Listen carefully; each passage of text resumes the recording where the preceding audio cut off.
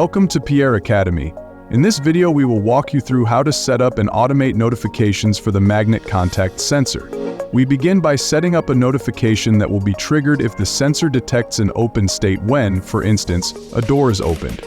We open the main application and go to the Alerts section. Here we click Add to create a new alert.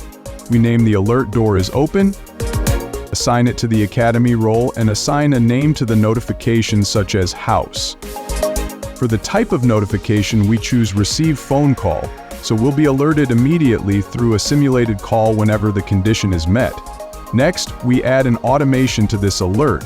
We select the existing I/O and assign it to the magnet contact sensor. The condition we configure is for when the sensor reports open. This is when the notification will be triggered. We save the automation. Now it's time to test. As soon as the door is opened, we immediately receive a notification alerting us that the door is open.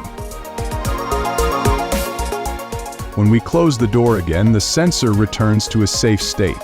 This setup is especially useful for security systems, allowing you to trigger alarms or other smart actions when an entry point is breached.